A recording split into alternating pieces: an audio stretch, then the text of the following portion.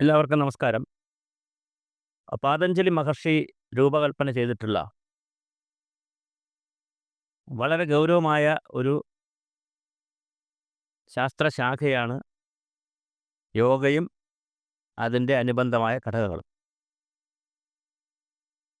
നിർഭാഗ്യവശാൽ പാതഞ്ജലി മഹർഷി എന്താണ് ഉദ്ദേശിച്ചത്, അതിൻ്റെ ഒരു ഭാഗം മാത്രം എടുത്തിട്ട് അതാണ് യോഗ എന്ന് പറഞ്ഞ് അതിൻ്റെ പുറത്തുള്ള വിമർശനങ്ങളും തർക്കങ്ങളും വഴക്കുകളുമാണ് ഇവിടെ ലോകത്ത് വ്യാപിച്ചിരിക്കുന്ന, ലോകമാകെ പ്രചരിച്ചിരിക്കുന്ന ഈ ഒരു വിഷയത്തിൽ തർക്കിക്കുന്നത്. കൂടുതലും തർക്കിക്കുന്ന മലയാളികളാണ്. യുക്തിവാദികളും അതുപോലെ തന്നെ സ്വതന്ത്ര ചിന്താഗതി എന്നൊക്കെ പറഞ്ഞ് കുറച്ച് പേരൊക്കെ യോഗയ്ക്കെതിരെയൊക്കെ ശക്തമായി നിന്നിട്ടുണ്ട്. പിന്നെ ചില ഡോക്ടർമാരും ഒക്കെ വന്നിട്ടുണ്ട്. എന്താണ് പാതഞ്ജലി മഹർഷി പറഞ്ഞിരിക്കുന്ന യോഗ? അത് മനസ്സിലാക്കാതെയാണ് ഈ വർത്തമാനമൊക്കെ പറയുന്നത്. യോഗ ഗുണകരമാണോ? മറ്റ് എക്സർസൈസുകളോ മറ്റ് കമ്പാരിസൺ ഉണ്ടോ? പക്കുന്നതാണോ നല്ലത്? ഓടുന്നതാണോ നല്ലത്? യോഗയാണോ നല്ലത്? ഇങ്ങനെയൊക്കെയുള്ള ഒരുപാട് തർക്കങ്ങളും വഴക്കുകളും ഒക്കെ നടക്കുന്നുണ്ട്. എന്താണ് യഥാർത്ഥത്തിൽ പാതഞ്ജലി മഹർഷി പറയുന്ന യോഗയുടെ വിഷയങ്ങളെന്ന് കൂടി അറിഞ്ഞിട്ട് ഈ തർക്കിക്കണമെന്ന് മാത്രമേ എനിക്ക് അഭിപ്രായമുള്ളൂ. തർക്കിക്കേണ്ടെന്ന് എനിക്ക് അഭിപ്രായമില്ല. കാരണം ഏത് വിഷയത്തിലും തർക്കം ഒരു പ്രധാന ഘടകമാണല്ലോ. ഇനി ഞാൻ വിഷയത്തിലേക്ക് വരാം. പാതഞ്ജലി മഹർഷി 8 ഘടകങ്ങളായിട്ടാണ് യോഗയെ തിരിച്ചിട്ടുള്ളത്. യമം, നിയമം, ആസനം, പ്രാണായാമം, പ്രത്യാഹാരം, ധാരണ, ധ്യാനം, സമാധി. ഇതിൽ ആദ്യത്തെ 4 യമ, നിയമ, ആസന, പ്രാണായാമം, അങ്ങനെ 4 കാര്യങ്ങൾ സാധാരണ ആളുകൾക്ക് വേണ്ടിയിട്ട്, വളരെ സാധാരണ ഭൗതിക ജീവിതം നയിക്കുന്ന ആളുകൾക്ക് വേണ്ടിയിട്ട്. കാരണം അത്രയൊക്കെ അവർക്ക് ചെയ്യാൻ കഴിയുള്ളൂ. കുറച്ചുകൂടി സന്യാസ ജീവിതവും സ്വാമി ജീവിതവും ഒക്കെ നയിക്കുന്നവർക്ക് കുറച്ചുകൂടി കഠിനമായിട്ടുള്ള, അല്ലെങ്കിൽ കുറച്ചുകൂടി ഏകാഗ്രതയൊക്കെ ആവശ്യമുള്ള പ്രത്യാഹാരം, ധാരണ, ധ്യാനം, സമാധി. സമാധിയാണ് ഇതിൻ്റെ അവസാന ഘട്ടം. അത് സന്യാസികളാണ് കൂടുതലും ചെയ്യുന്നത്. സന്യാസിമാരൊക്കെയാണ് ചെയ്യുന്നത്. ഇതിൽ സാധാരണക്കാർക്ക് വേണ്ടിയിട്ടുള്ള യമ, നിയമ, ആസന, പ്രാണായാമങ്ങളിൽ പ്രാണായാമം എന്ന് പറഞ്ഞാൽ ശ്വസനം എന്നാണ് പഠിച്ചു വയ്ക്കുന്നത്. പ്രാണായാമം ശ്വസനമല്ല, അല്ലെങ്കിൽ ശ്വസനം മാത്രമല്ല. അതുപോലെ തന്നെ നമുക്ക് ഒന്നൊന്നായി നോക്കാം. ആദ്യത്തെ യമ, അതിൽ അഹിംസ ഒന്നാമത്തെ കാര്യം പറയുന്ന അഹിംസയാണ്. അഹിംസ എന്ന് പറഞ്ഞാൽ ഋഗ്വേദത്തിൽ പറയുന്ന അത്വരം, അല്ലെങ്കിൽ ലിമിറ്റ് എന്നാണ്.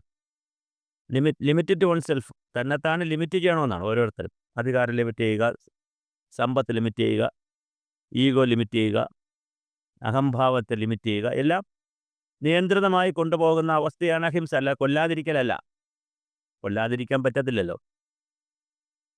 സകല ജീവജാലങ്ങൾക്കും ഈ ഭൂമിയിൽ ജീവിക്കാൻ അവകാശമുണ്ടെന്ന് പറയും പോലെ തന്നെ ചെറിയ ജീവികളെ, മൃഗങ്ങളായാൽ പോലും ചെറിയ ജീവികളെ തിന്ന് മാത്രമേ മുതിർന്നവർക്ക് ജീവിക്കാൻ, വലിയ ജീവികൾക്ക് ജീവിക്കാൻ പറ്റുള്ളൂ.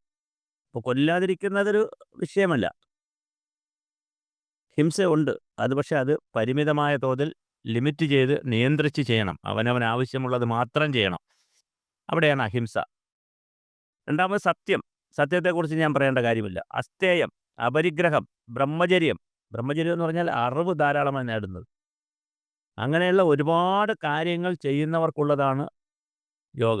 അല്ലാതെ കുറച്ച് എക്സർസൈസ് അല്ല യോഗ. നിർഭാഗ്യവശാൽ യോഗ ആശാന്മാരും ഒക്കെ ഇതൊന്നും ആരോടും പറയുകയല്ല, പഠിപ്പിക്കുകയല്ല. മുഴുവൻ ഈ എക്സർസൈസ് പരിപാടികളാണ്. അതുകൊണ്ടാണ് ഈ വിമർശനമൊക്കെ ബഹളമൊക്കെ ഇങ്ങനെ നടക്കുന്നത്.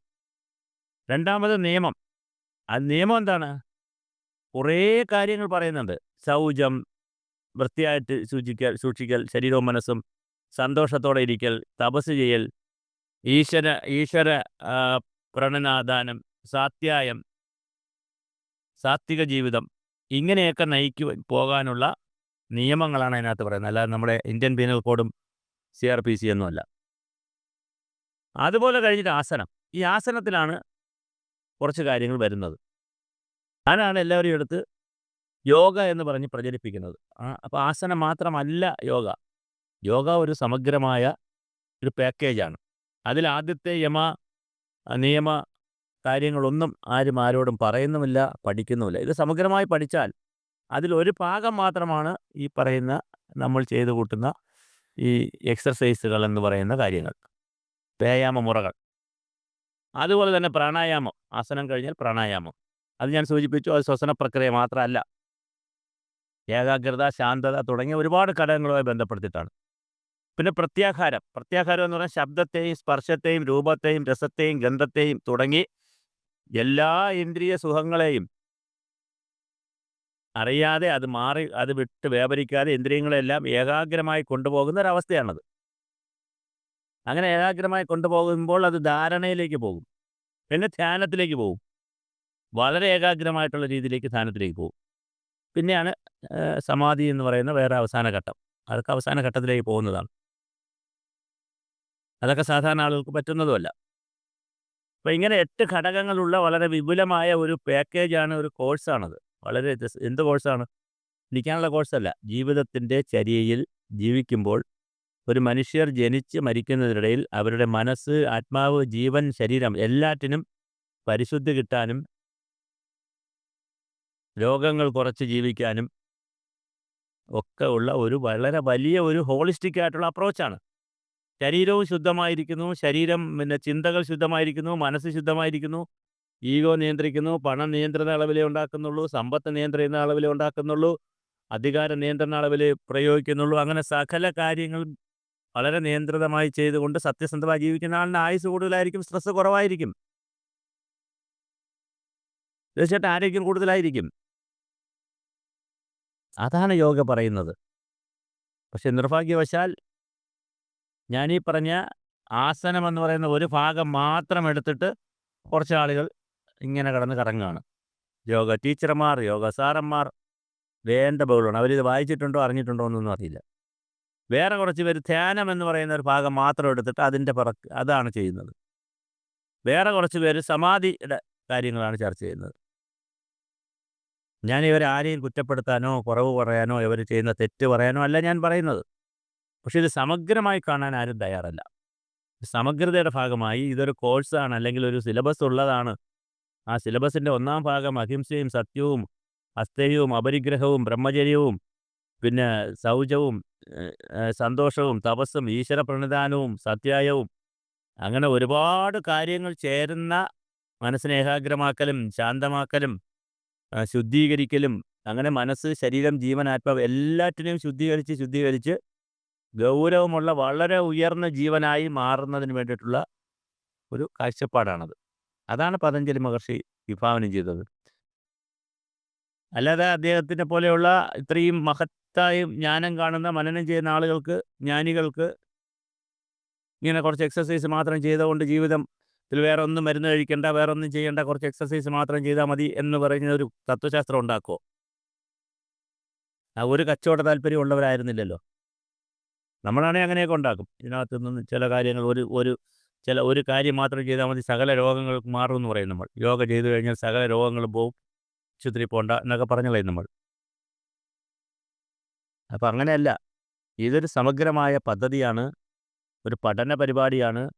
മനുഷ്യൻ്റെ ശരീരത്തെ, മനസ്സിനെ, ആത്മാവിനെ, ജീവനെ എല്ലാം ശുദ്ധീകരിക്കുന്ന, എല്ലാത്തിനെയും ബാലൻസ് ചെയ്യുന്ന, ഇത് വളരെ ബാലൻസിങ് ആണ്. ബാലൻസ് ചെയ്യുന്ന ഒരു തത്വശാസ്ത്രമാണ്, ഒരു ചിന്താ പദ്ധതിയാണ്, ഒരു കാഴ്ചപ്പാടാണ്. അങ്ങനെ ഇത് എത്ര പേർ മനസ്സിലാക്കിയിട്ടുണ്ടെന്ന് എനിക്കറിയില്ല. ഞാൻ കഴിഞ്ഞ ദിവസവും ഒരു സമ്മേളനത്തിന് പോയപ്പോൾ എനിക്ക് തൊട്ട് മുമ്പേ സംസാരിച്ചൊരു ഡോക്ടർ യോഗയെ നഖശുകാന്തം എതിർത്തുകൊണ്ട് സംസാരിച്ചു. അതുകൊണ്ടാണ് ഞാനിത് കൂടുതൽ ഇതിനകത്ത് പഠന വിദ്യാർത്ഥിയെ പോലെ പഠിക്കാൻ ശ്രമിക്കുന്നത്. ഞാൻ യോഗ പ്രചാരകനല്ല, യോഗ ചെയ്യുന്ന ആൾ പോലുമല്ല. എങ്കിലും എന്താണ് യോഗ എന്ന് അറിയാൻ, പ്രാക്ടിക്കലിനപ്പുറം എന്താണ് ഇതിൻ്റെ തത്വശാസ്ത്രം എന്ന് അറിയാനൊരു ശ്രമം നടത്തിയപ്പോഴാണ് ഇത്രയും മനോഹരമായ രീതിയിൽ പതഞ്ജലി മഹർഷി വളരെ മനോഹരമായ രീതിയിൽ ഡിസൈൻ ചെയ്തിരിക്കുന്ന ഒരു കാര്യത്തെയാണ് കേവലം ആസന പ്രവർത്തനങ്ങൾ മാത്രം കുറച്ച് പേർ ചെയ്യുകയും അതിനെ വിമർശിക്കാൻ ലോകത്തിലെ കുറേ ആളുകൾ ഇറങ്ങി നടക്കുന്നു. കുറച്ച് പേർ ധ്യാനം ചെയ്യുന്നു, അതിനെ വിമർശിക്കാൻ കുറച്ച് പേർ നടക്കുന്നു. കുറച്ച് പേർ സമാധിയാവുന്നു, അതിനെ വിമർശിക്കാൻ നടക്കുന്നു. ഇത് സമഗ്രമായി പഠിക്കാനോ അതിൻ്റെ ഓരോ ഘട്ടമനുസരിച്ച് കാര്യങ്ങൾ ചെയ്യാനോ ഒരാളും തയ്യാറാവുന്നില്ല എന്നുള്ളതാണ് ഇതിൻ്റെ വിധി വൈപരീത്യം. ഭാരതത്തിലെ ഹിന്ദു സമാജത്തിനും സനാതനധർമ്മ വിശ്വാസികൾക്കും സംഭവിച്ചു പോയിട്ടുള്ള ഏറ്റവും വലിയ അപജയം അതാണ്. കയ്യിൽ കിട്ടുന്നത് വെച്ച് അമ്മാനമാടുക, വാളെടുത്തവനൊക്കെ വെളിച്ചപ്പാടാണെന്നുള്ള കാഴ്ചപ്പാടിൽ കിട്ടുന്നത് വെച്ച് കച്ചവടം നടത്തി പോകുന്നൊരു സമീപനമുണ്ട്. സമഗ്രമായി പഠിക്കില്ല, സമഗ്രമായി കാര്യങ്ങൾ മനസ്സിലാക്കില്ല, അതിൻ്റെ അന്തസത്തയിൽ മനസ്സിലാക്കില്ല, വാച്യാർത്ഥത്തിൽ പറഞ്ഞിരിക്കുന്നതിൻ്റെ വ്യംഗ്യാർത്ഥം എന്തെന്ന് ആലോചിക്കുകയുമില്ല. അങ്ങനെ പറഞ്ഞിരിക്കുന്നതിനെ എടുത്തു വച്ച് ഒരുതരം തുള്ളൽ പ്രസ്ഥാനം പോലെ പോകുന്ന രീതിയാണ് കണ്ടുവരുന്നത്. അതുകൊണ്ടാണ് ഞാൻ ഇത്തരത്തിലൊരു വീഡിയോ ചെയ്യുന്നത്.